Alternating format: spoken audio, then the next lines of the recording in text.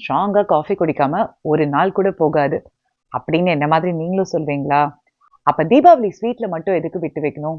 First decoction சேர்த்து டேஸ்டியா filter coffee Mysore pak பண்றதுக்கு புது பாக்கெட் கடலை மாவு 1/4 கப் சலிச்சிட்டு 1/2 கப் எண்ணெய் சேர்த்து கட்டி இல்லாம கலந்து விட்டுட்டு 1/2 டேபிள் ஸ்பூன் ஃபர்ஸ்ட் டிகாக்ஷன் சேர்த்து நல்லா மிக்ஸ் பண்ணி விட்டுக்கோங்க.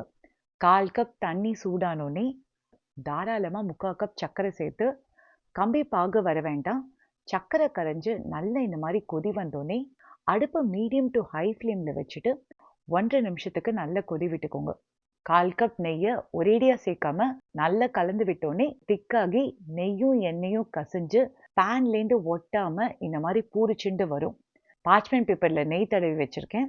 அதில் இதை கொட்டிட்டு ஏர் பபிள்ஸ் இல்லாமல் இருக்கிறதுக்கு தட்டிட்டு லெவல் பண்ணுறதுக்கு மேலால் நெய் தடவிக்கோங்க. நல்லா ஆறின உடனே கவுத்துட்டு பார்ச்மெண்ட் பேப்பர் எடுத்துக்கோங்க. ஷார்ப்பான நைஃப்பில் நெய் தடவி கட் பண்ணிங்கன்னா டேஸ்டியான filter coffee Mysore pak ready. Try பண்ணி பாருங்கள்.